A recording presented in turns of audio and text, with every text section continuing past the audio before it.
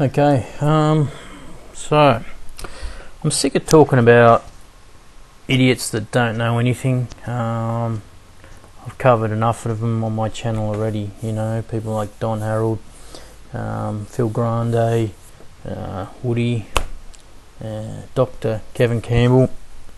These people are people that don't know anything. They're idiots, and the reason is, as far as I can tell, they like simple answers to complicated problems, and a lot of people think that way, and I don't.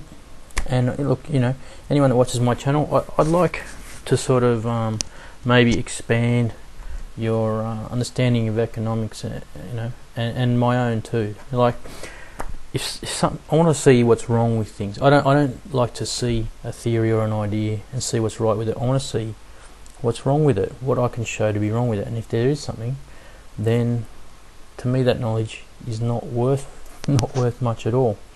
A lot of people, if they see something that's wrong with a theory, will try and explain it into their already existing understanding so that they can hold on to it. Anyway, so what is this about? So what I want to talk about at this time is money, and a lot of discussions on YouTube about money, fiat money, gold, silver, this kind of thing, inflation, deflation.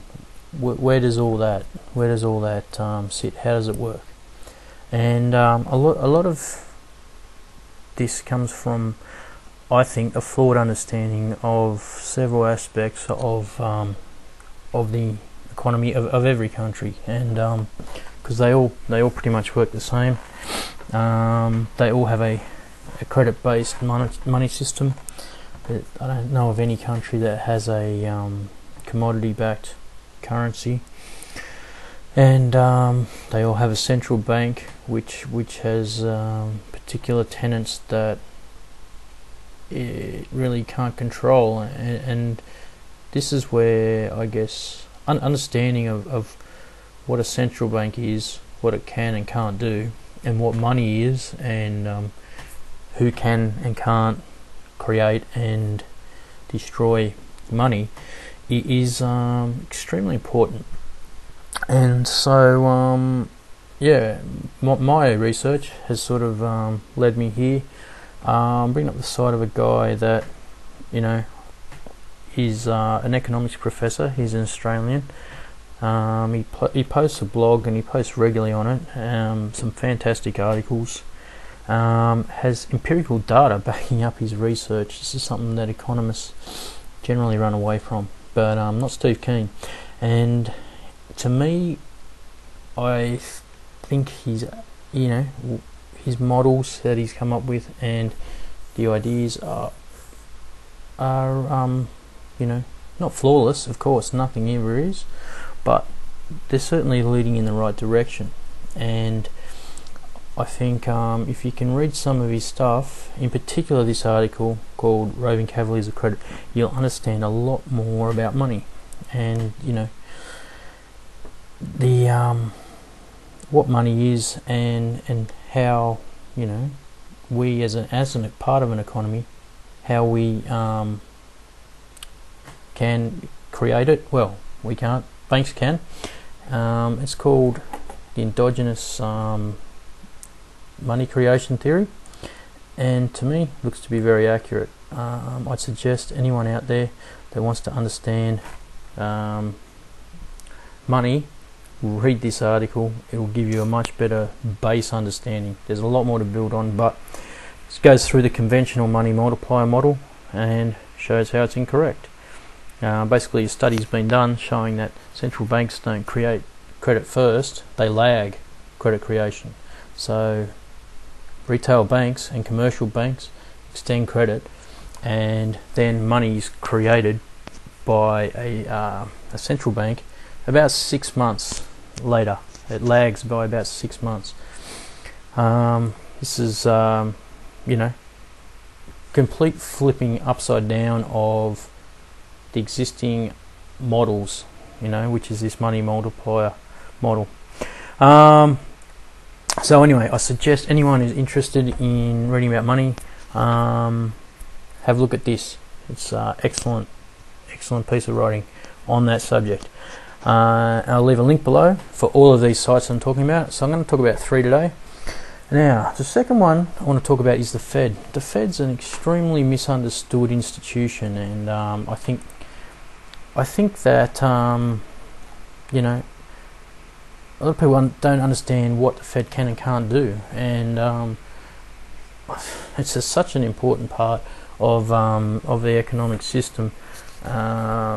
When you think that a Fed, has all these powers that they don't actually have, which is they don't set the interest rate for treasury bills. They lag. They don't create money before it's lent out. They create it after. So when you get an understanding of these things, and I found a really good article here on Elliott Wave International site. Now look, I'm not affiliated with them. I don't think Elliott Wave is an accurate way to time the stock market at all. I think it's completely rearward looking.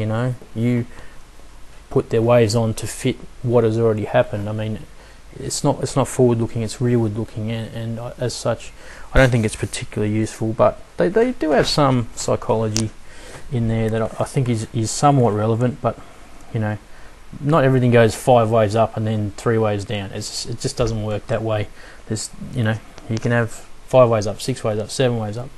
There's all sorts of numbers, and I don't think you can pick it that way. But Prechter does have a great understanding of the Fed, and you can get there's a free ebook on here called Understanding the Fed. I suggest anyone that thinks they've listened to Peter Schiff talk on CNBC and they understand the Fed to read this article, because Peter Schiff tries to explain it in a very simplistic manner, and that there is so much more to it than that, and so much gets left out in that Austrian school way of looking at a central bank, like they're all powerful and they set interest rate. They really don't do that. All they can do is extend credit, and this is why we're going to have problems. You can get a free login on this site, and you can download this free ebook called Understanding the Fed. I'm pretty sure it's in the education section. I'm not able to find it right now, but there's a section on here for investors. It's called Investors Information Ebooks. Sorry, anyway, I can't find it. But yeah, go to this site. You can get a free login. They'll email you shit, but you can just download this book and delete it if you want. It's a good resource for free on the topic, and I'd recommend you reading it. The third guy is this bloke, market ticker Denninger. Look, I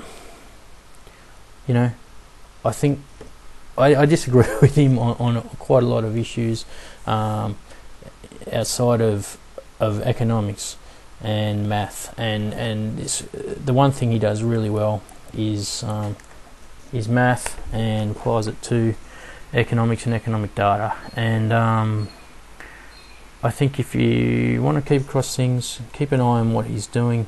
He's pretty cluey, but when it comes to anything else, social issues or things like that, I'm pretty much 180 degrees away from him. But anyway, look, very good, and it's a very interesting article on the United States long-term debt being lowered to AA+. So this could be very interesting for the next sequence of events in global markets. So anyway, like I say, sick of talking about people that don't know anything. These are 3 people that definitely have a good understanding of the topics I just spoke about, and many others. And if you haven't already seen their stuff, give them a look.